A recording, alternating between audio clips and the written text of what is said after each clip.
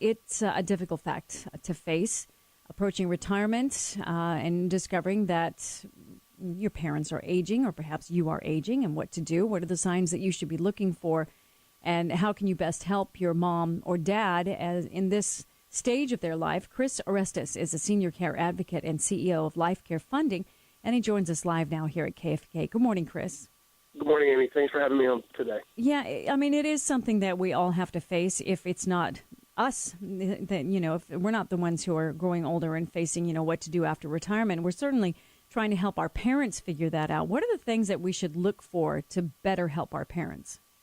Amy, long-term care is a family struggle. What we see so often is, first and foremost, it's an issue that people ignore. People aren't talking about long-term care. They're not thinking about it. And when they do, unfortunately, they often are thinking the wrong things. They're thinking things like, Medicare will just pay for my long-term care. If I want to move into that assisted living community, if I want home care, Medicare pays for all that. Well, it doesn't.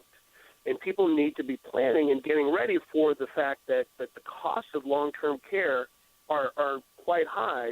And if you're not prepared for it, you're going to find yourself in some pretty dire straits. Yeah, I found that to be so true, Chris. And one thing that I've also discovered with my husband is that you really have to make sure that the nuts and bolts have been arranged. I mean, like who has power of attorney, who is the executor of the will. And they're unfortunately uncomfortable topics to discuss, but extremely necessary. Well, that's exactly right. You do need to have what we tell families is you need to have a plan. You need to have the ability to talk, openly communicate with each other, and ask tough questions, particularly the adult children who, are maybe in their 40s, 50s, maybe even in their 60s, talking to their parents about things like, do you have powers of attorney? Do you have wills? Do you have life insurance? Do you have long-term care insurance? What are the assets? What are the vehicles that we have in place potentially to work with? And if we don't have them, then starting to move in the direction of putting those things in place, getting a power of attorney set up so that if mom or dad can't make those decisions for themselves because dementia is setting in, they're getting to a point where they're not in a position to make those kind of choices, manage finances.